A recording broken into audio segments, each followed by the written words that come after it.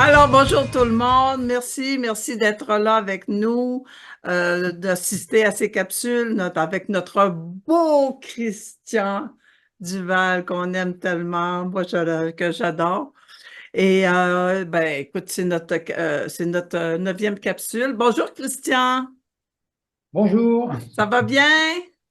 ça va bien, ouais. T'as réussi à sortir vivant de l'éclipse?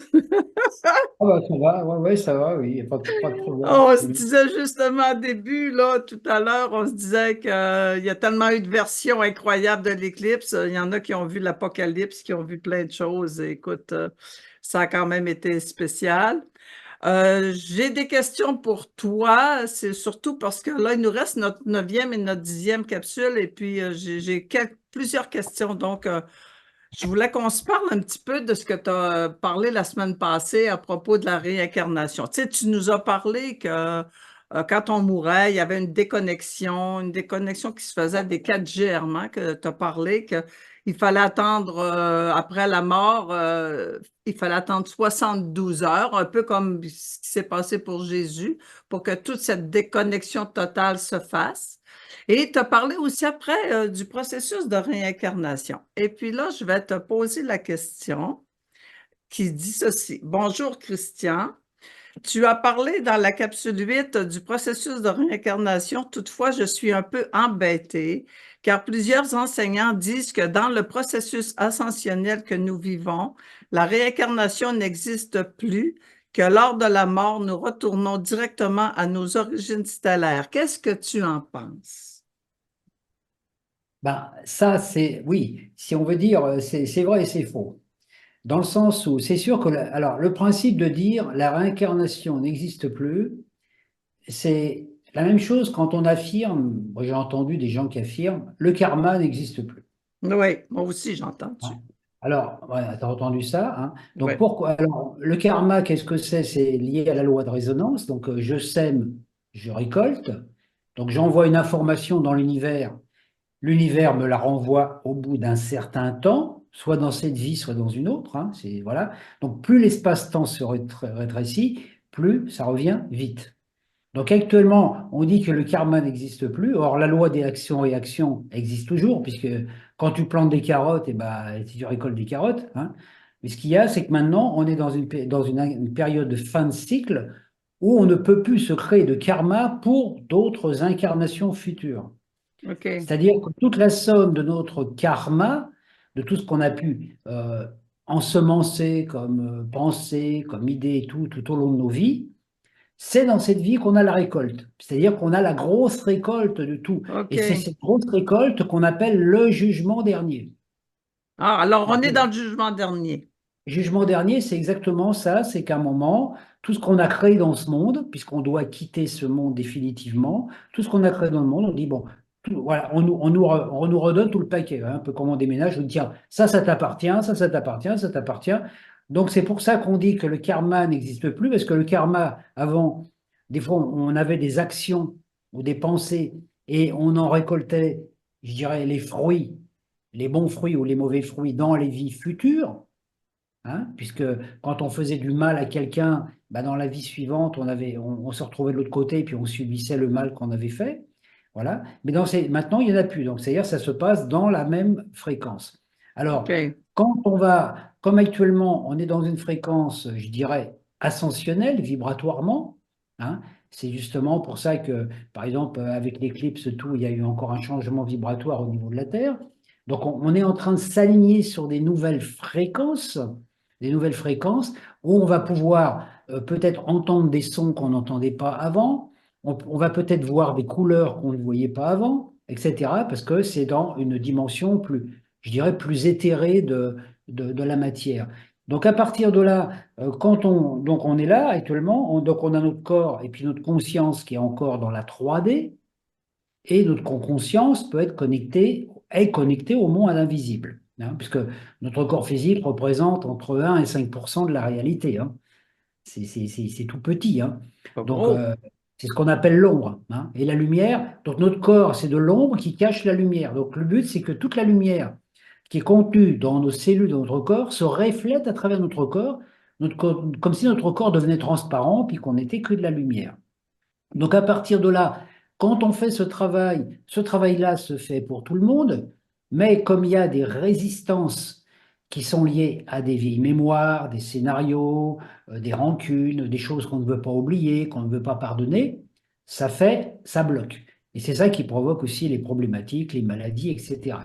Donc quand on arrive dans une période de cycle comme la nôtre, là, on dit tout le monde est invité à passer dans cette nouvelle dimension. Mais pour passer, il faut que notre conscience soit alignée sur la fréquence de 5D. Tout le monde ne peut pas vivre en cinquième dimension. Pourquoi? Parce qu'en cinquième dimension, rien fonctionne comme sur la Terre, hein. Là, il n'y a plus de loi, il n'y a plus de karma, c'est-à-dire qu'en cinquième dimension, dès qu'on crée quelque chose, on en a l'effet tout de suite. Tout de suite. Donc, si je dis une chose négative, hop, ça revient tout de suite à moi, Ouais. hein. Donc, voilà, il y a plus d'espace-temps. Le temps et l'espace sont un. On le ressent déjà, ça. Voilà, donc à partir de là, bon, on peut dire que là, il n'y a plus, voilà, c'est notre possibilité. Par contre, les âmes qui sont encore trop enfermées dans la matrice, etc., et qui sont cristallisées, identifiées à leur corps physique, à la vie visible, enfin à tout ce monde, et notamment la technologie aide aussi à enfermer les gens dans cette espèce on peut dire d'enfer, hein, quelque part. À partir de là, quand la Terre de 3D va disparaître à un moment à cause de la nouvelle fréquence, ces âmes-là auront du mal à s'adapter à ce monde-là. Donc, c'est pour ça que quand il va arriver la fin de ce monde, hein, ce qui va être marqué par ces 72 heures qu'on appelle les 3 jours de noirceur, dont ont parlé beaucoup de gens, beaucoup de maîtres en ont parlé, 3 jours pendant lesquels la Terre s'arrêterait de tourner, où, comme je veux dire, donc on peut dire il y aura plus d'énergie. Donc pendant ces 3 jours, on n'aura pas du tout de possibilité de faire quoi que ce soit parce qu'on n'aura plus d'énergie. La Terre s'arrêtera de tourner, d'accord? Et pendant ces 3 jours, on sera en espèce d'état de catalepsie où on va entrer en connexion avec l'énergie du grand vide cosmique. Est-ce que c'est les périodes de stase qu'on parle? Voilà, voilà, OK. voilà. Donc c'est exactement la même chose qui se passe dans le tombeau de la résurrection du Christ, hein. C'est-à-dire, on OK. entre en contact avec l'énergie du vide. Or, l'énergie du vide, le vide, c'est quelque chose qui est plein du tout.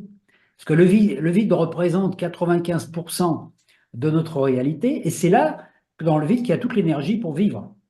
Hmm. C'est l'énergie invisible qui anime les formes visibles. Donc, dès qu'on va se retrouver dans cette énergie du vide, toutes les âmes vont pouvoir vivre dans l'instant présent, on peut dire, dans une sorte de rêve éveillé. Voilà. Donc, ceux qui ont peur, par exemple, de l'apocalypse, ceux qui ont peur de la mort, ceux qui ont peur de tout ça, vont vivre ce scénario pendant ces 3 jours, comme un grand cauchemar. Ceux qui sont préparés à la lumière vont accéder à la lumière. Donc, les âmes OK. qui ne sont pas prêtes ne pourront, après, une fois que la Terre va commencer à retourner, d'après ce qui a été prévu, elle tournera dans l'autre sens pendant quelques temps. Donc, il n'y a plus rien qui fonctionnera au niveau technologique. Et quand les âmes vont revenir, quand on va se retrouver, donc, on peut dire qu'on va reprendre vie dans notre corps, qu'on va sortir de notre lit, eh ben, tout aura changé. Donc, il y en a qui seront dans la cinquième dimension, parce que la Terre il n'y aura plus rien comme avant. Et puis ceux, par contre, qui n'ont pas pu vivre, qui ne peuvent pas entrer dans la cinquième dimension parce que il y a trop de scories dans leur âme, il y a trop de vieilles mémoires, et ben ces âmes-là, elles vont être propulsées sur une autre terre, à un autre endroit, pour revivre la même expérience. Parce que tant qu'une âme n'a pas ascensionné, elle est obligée de se réincarner sans arrêt. Donc ça sera plus sur cette terre, mais ça sera sur une autre OK. terre qui, OK. elle, est en phase d'ascension. Parce que chaque chose, c'est ça qu'il faut comprendre au niveau évolution. C'est qu'on part de la case zéro, c'est-à-dire quand une âme s'incarne, elle n'a pas du tout d'expérience. Petit à petit, l'âme fait des expériences en passant par les planètes, les étoiles, etc. Quand une âme elle a atteint un certain niveau, elle rejoint un âme groupe, elle fait partie d'un système planétaire et petit à petit, l'âme évolue. Et quand on arrive, par exemple, à un niveau où notre âme, elle fait partie je dirais, d'une entité créatrice, par exemple d'une mère cosmique, à partir de là, on peut participer à la création d'univers. Donc c'est quelque chose, on part de Hmm. zéro, et donc on peut dire qu'il y a des phases.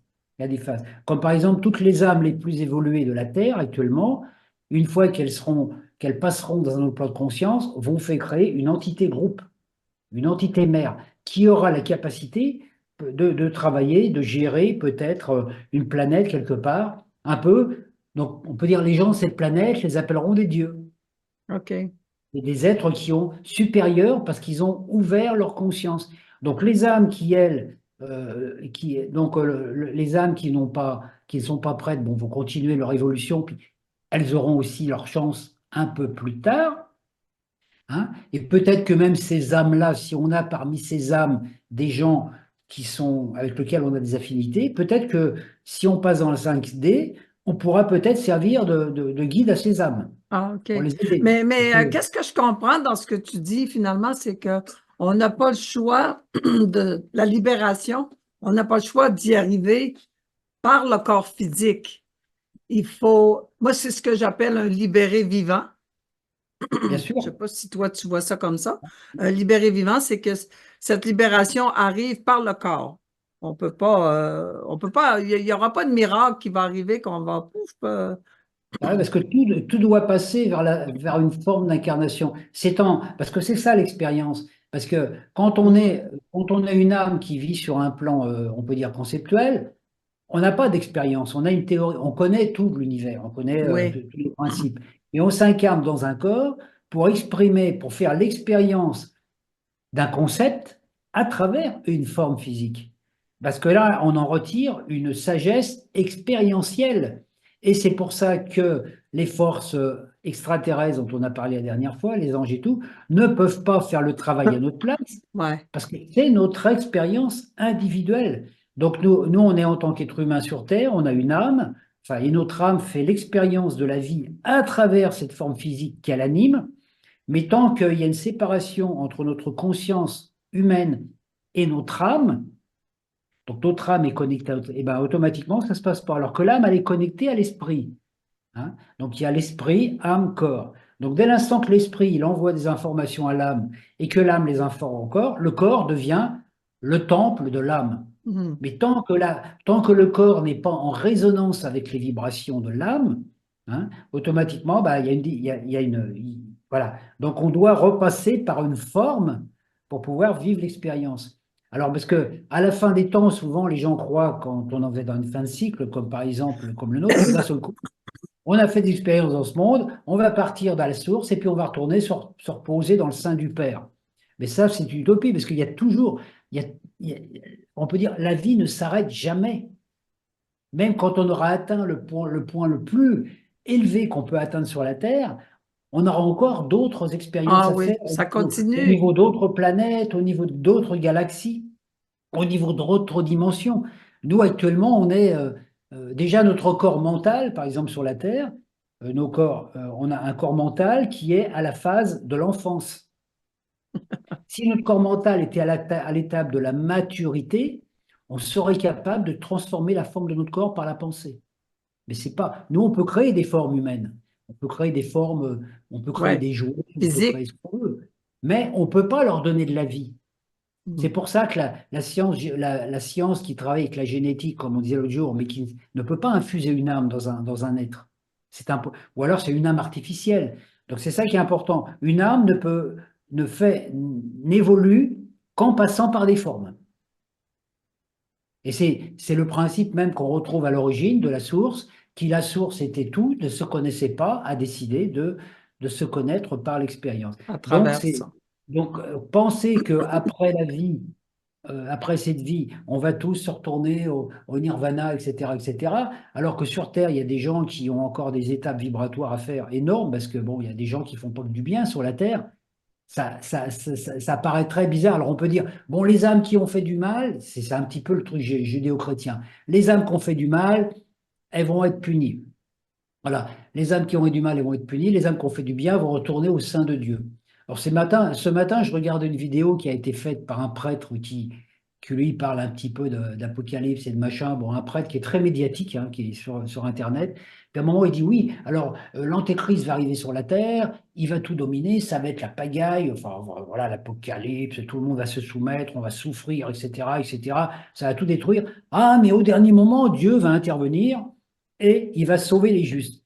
Alors moi, je réfléchissais à ça, j'ai dit, mais rends compte le truc, ça veut dire que Dieu, il nous met dans une situation hyper compliquée, c'est-à-dire la faillite, la maladie, la guerre, la violence, etc., en sachant que tout le monde va crever quelque part. Et puis après, il arrive et puis il dit, ah bah s'il y en a quelques-uns qui ont survécu, qui sont avec moi, je vous emmène. Mais c'est vraiment un truc de dingue, c'est une série Netflix, ça. Toi, le truc. Tu vois. Parce que à partir de là, moi je me posais la question, et pourquoi il n'intervient pas avant? Ouais, c'est quoi le problème qui vient pas avant? Ouais, Absolument. pourquoi il n'intervient pas avant? C'est comme si tu voulais faire souffrir des gens pour voir après, ah bah oui, vous avez bien ah, vous avez résisté à la torture, ah bah c'est bien, vous allez vous asseoir à la droite du Père. Mais c'est aberrant de voir ces trucs-là. Et ça circule encore à fond la caisse, ce genre d'information. Donc ce Hmm. qu'il y a, c'est qu'il faut bien prendre conscience dans le plan de Drake, c'est que on va repartir dans un autre plan qui sera différent, mais on ne va pas retourner à la source pour replier au paradis. Non, parce que dès qu'on retourne dans un autre plan, hop, on prend une destination, peut-être que nous, dans nos prochaines incarnations, peut-être dans incarnations sur d'autres formes, on en prendra une autre forme, peut-être qu'on ira vivre sur Sirius, sur Vénus ou dans une autre galaxie. Voilà. Mais on va pas. Non, non, on va pas dormir. On va pas se mettre sur un lit et dire, ah, ça y est, on a vécu notre expérience. Notre petite expérience humaine par rapport à la durée de l'univers, qui n'existe, il n'y a pas de durée pour l'univers. Ouais. Il y aura toujours de la vie. Moi, quand j'étais enfant, j'ai fait un rêve qui m'a perturbé, hein, mais en même temps, parce que je me voyais partir de mon corps, et il y avait une voix qui me dirait, tu vois, tout ce qui est là, la vie ne s'arrêtera jamais. Jamais. Ça s'arrêtera jamais, jamais. Et puis j'avais ce mot qui sortait dans la tête, jamais, jamais. Je dis, ah, ça va jamais s'arrêter. Non, ça s'arrêtera jamais. Mais tu vas changer de forme. Mais tu vas changer de forme, tu vas changer Oui, d'expérience. c'est ça. Donc après, tu ne te poses pas la question quand est-ce que ça va s'arrêter, tu vis l'instant présent en acceptant de vivre le meilleur de l'instant présent. Écoute, vraiment, tu as bien répondu à cette personne au-delà de. C'est fantastique, merci. C'est vraiment bon. Parfait. Puis moi, ça a éclairci beaucoup de choses aussi. Et c'est vrai que ça faisait comme inquiéter de penser que la vie continue parce que des fois, on pense qu'on va continuer dans cette souffrance, mais Eh c'est au-delà de ça, là. Alors, je te passe l'autre question, Christian. Attends, je vais mettre mes lunettes. Bonjour, Christian. Merci pour toutes ces belles capsules car tu nous offres tout ça avec tant de générosité. Ma question, on parle que cette éclipse solaire que nous venons de voir génère et transporte sur Terre une très grande masse de lumière et de particules. Actuellement, tous nos corps sont totalement inondés par cette lumière christique. Je parle avec des gens qui, depuis quelques jours, ressentent de grands inconforts, maux de tête, très grande fatigue, vertiges, nausées, douleurs inopinées. Que peux-tu nous dire à ce sujet? Et cette grande lumière, exactement qu'est-ce que c'est? Et aussi, est-ce que oui, ça a généré des inconforts? Moi, je peux te dire que j'ai des acouphènes qui ont, pouf, ça a parti en vrille, là. C'était très, très fort. Alors, ben, c'est ce j'imagine que. qu'il y a des gens qui ont eu des inconforts, oui. Alors bon, oui, alors justement, bon, j'ai fait une vidéo aussi où j'en ai parlé sur ma chaîne, Oui. bon, en complément. Mais l'important de voir, c'est que quand il y a une éclipse de soleil, c'est-à-dire que c'est la Lune qui voile le soleil, d'accord? Hmm. Hein. Donc la Lune, c'est l'inconscient. Le soleil, c'est le conscient. Donc, quand notre inconscient est chargé de vieux schémas d'imagination, notre conscient, le conscient, c'est la lumière, hein, comme un écran, comme quand vous allez voir un film, vous avez le projecteur et vous avez la lumière. Ça n'a pas de lumière, voilà. Et la lumière qui passe à travers les images va se projeter sur l'écran. Et ça, c'est ce principe-là. Donc la lumière, de toute façon, le soleil, même s'il est caché, il envoie de la lumière à la Lune, puisque la Lune n'émet pas de lumière. Hein. La Lune, elle n'émet pas de lumière, elle est juste réceptrice de lumière qu'elle transmet. Donc, si notre imagination est pure et claire, si on a une belle imagination, si on a des belles pensées et tout, cette lumière va refléter sur l'écran de notre vie de belles choses. Si notre imagination est encore empêtrée avec des choses négatives, bah, on va avoir le mauvais film, d'accord?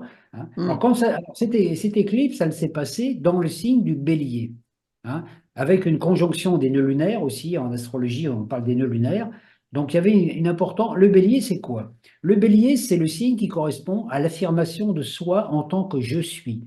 C'est-à-dire que quand je m'incarne sur Terre, je prends une identité, hein, une personnalité dans cette vie. Donc j'ai une identité, on peut dire un nom, un prénom, un numéro de sécu, tout ça, bon, ça on s'en fout, enfin ça c'est pour l'apparence.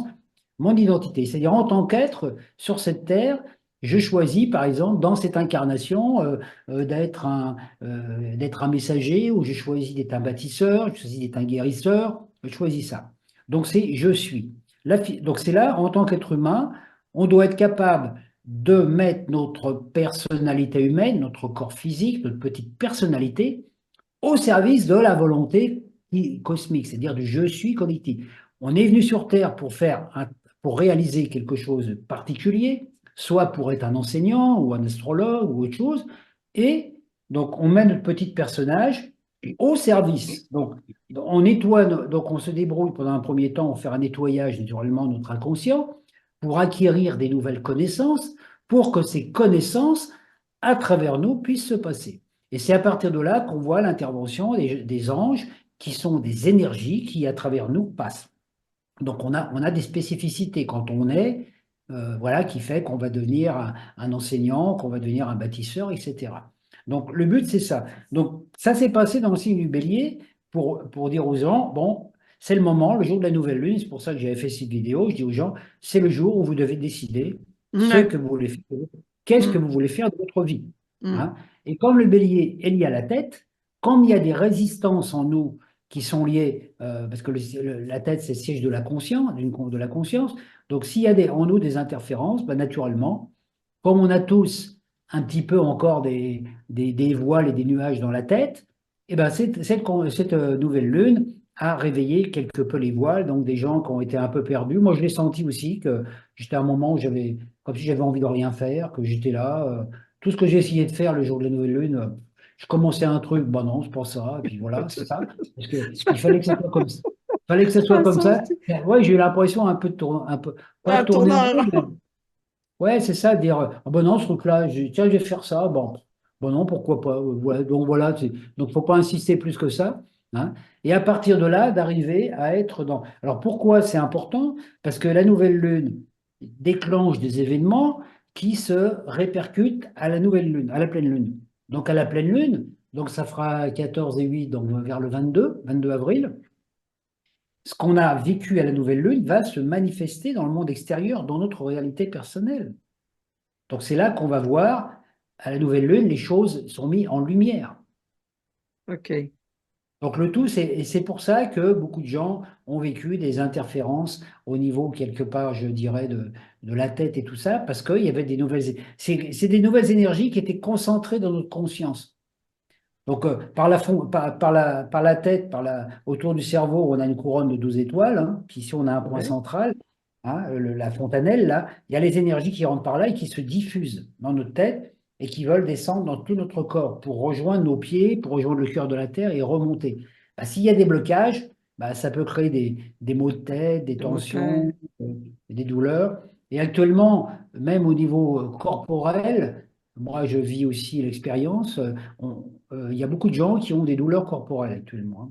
Des Oui. douleurs, moi j'ai des douleurs dans le cou, des douleurs dans les épaules, malgré le fait que je fais un petit peu d'exercice de tout. Pourquoi? Parce qu'on vit la même chose que vivent les enfants pendant la période de croissance. Ah, Quand on est, quand on est en période de croissance, on a mal aux os des fois, tu sais, des fois c'est c'est douloureux. vrai. Ben, Oui. il faut prendre conscience quand même qu'on a un corps qui fait entre 1,50 m et 2 m pour les plus grands, hein, alors que notre véritable corps, notre corps de lumière, il fait à peu près 3 4 mètres de haut. Oh. Donc nous, on vit dans un corps humain et notre corps de lumière fait au moins 3 4 mètres de haut. Donc on on a été compressé dans quelque chose, un petit peu comme quand on met du linge dans tu sais, dans une housse et puis qu'on passe l'aspirateur dedans. Tu sais, on est Ouais, compressé. ça fait un vacuum, là, tu sais. Voilà. Donc, on est compressé là-dedans et quand nos cellules sont trop compressées, on n'a pas suffisamment d'énergie pour s'épanouir. Ouais, Donc le but justement actuellement, c'est d'arriver à vivre dans un corps physique, tout en étant conscient qu'on a un corps de lumière qui est beaucoup plus grand et que plus notre corps physique, plus notre conscience va s'ouvrir, plus notre corps, plus on va aller vers cette légèreté, cette sensation d'être plus grand, de voir plus loin, OK. etc. Et donc c'est un processus là, qu'on vivra de plus en plus jusqu'à l'ascension. Donc, ça provoque des fois des douleurs. Des fois, on dit, ah, ben, j'allais voir le médecin, qu'est-ce que c'est? Ben non, des fois, Puis il n'y on a peut pas. rien, il n'y a jamais rien. Ouais, Alors, le principe des acouphènes, c'est la même chose parce que, bon, il y a des acouphènes qui sont liés par des interférences, mais des acouphènes, souvent, c'est des choses qui viennent des mondes invisibles aussi. Donc, on peut OK, confondre les acouphènes avec des messages qui viennent de l'invisible. Moi, OK. je sais que ça m'arrive des fois, j'ai des sifflements dans une oreille, ou des fois, je fais un truc, des fois, j'ai un petit sifflement, puis des fois, d'un seul coup, pip, je vais avoir le gros sifflement qui va venir pendant un instant. Et je sais qu'à ce moment-là, c'est parce qu'on est en train de m'infuser une information. OK. Donc, il ne faut pas résister contre. Il faut dire, ah tiens, il y a un message qui vient par les deux côtés. Ça vient par les deux côtés hein, des deux messages du cerveau. Donc, c'est des énergies qui viennent, c'est des ultrasons qui viennent nous apporter des informations. Donc, quand ça arrive, bah, faut se mettre simplement à l'écoute et puis voir qu'il y a ce bruit qui passe, etc., etc. Parce que nos oreilles, elles vont commencer à s'ouvrir à l'écoute d'autres fréquences. Hein, qu'on n'a pas encore, hein, qui Ouais. correspond justement qui correspond justement à la clairaudience, à la clairaudition, qui fait que on peut entendre des sons ou on peut entendre des musiques que d'autres personnes n'entendent pas. Qu'est-ce que tu penses de ceux qui vont dire que des fois que ces acouphènes-là sont provoqués par l'arrivée de Nibiru?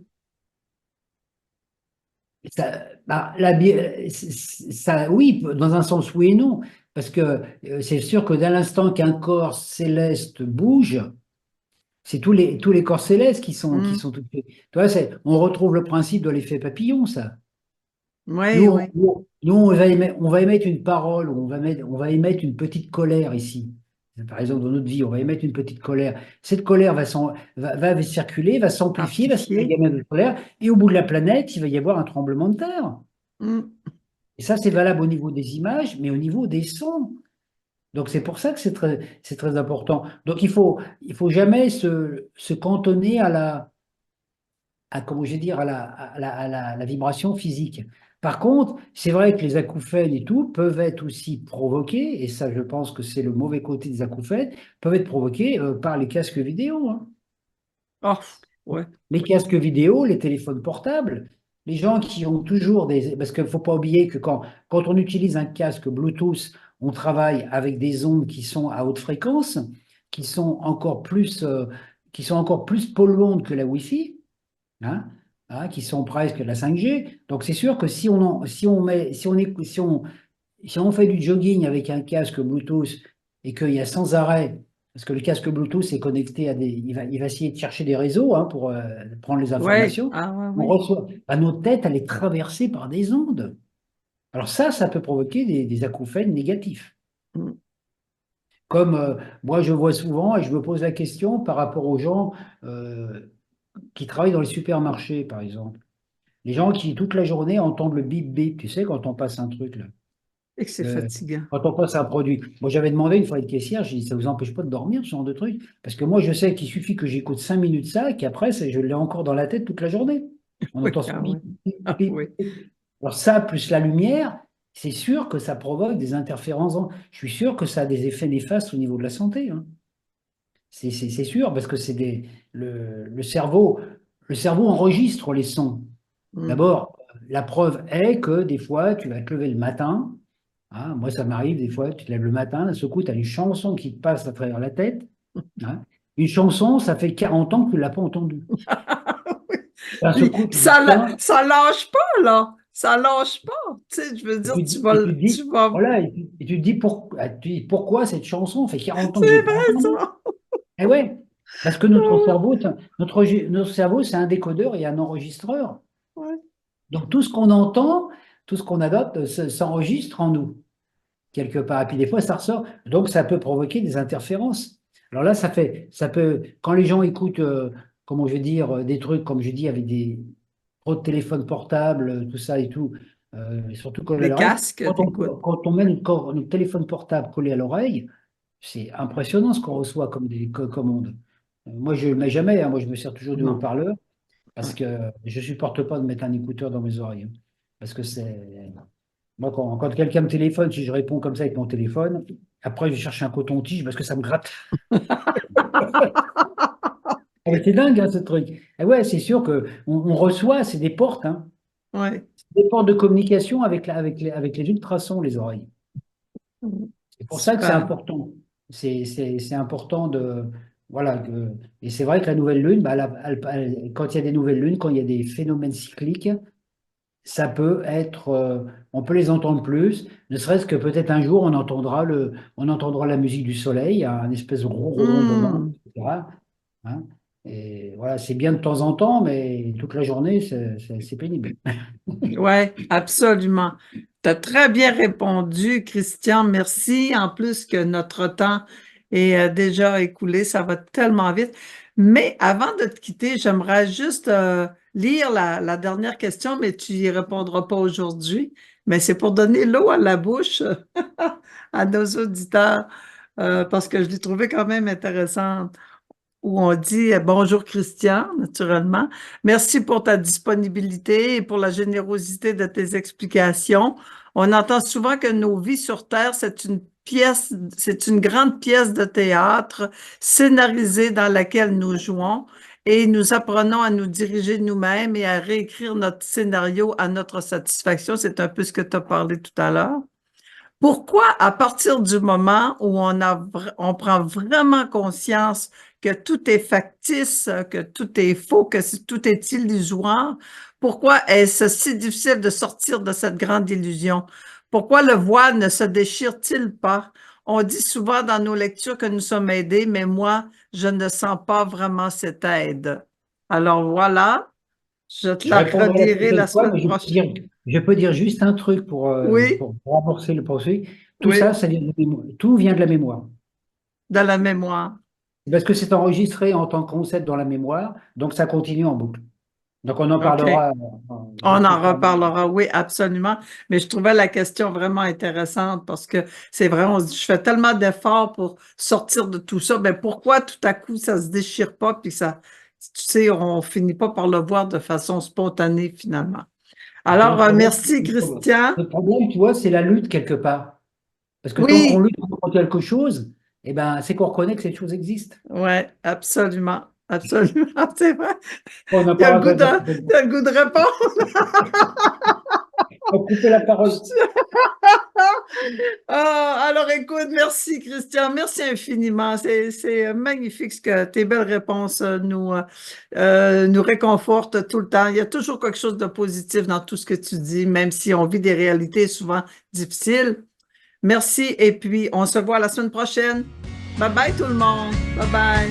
À la Bye. semaine prochaine. Gros bisous. Merci Christian.